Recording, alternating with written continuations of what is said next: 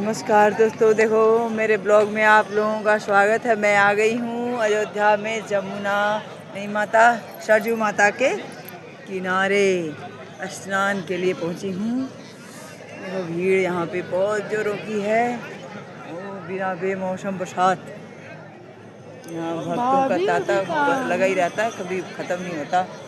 12 मास आज पूर्णिमा है। पूर्णिमा पर विशेष तौर से लोग आए हुए हैं, स्नान ध्यान पुण्य कर रहे हैं। यह गाय भी लगी हुई है, गाय दिखाती हूँ मैं आपको। गैया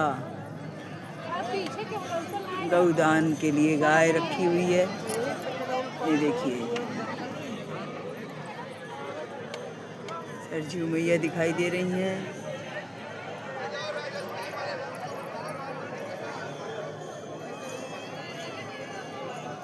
दिखा हूँ बा बाथरूम हुआ।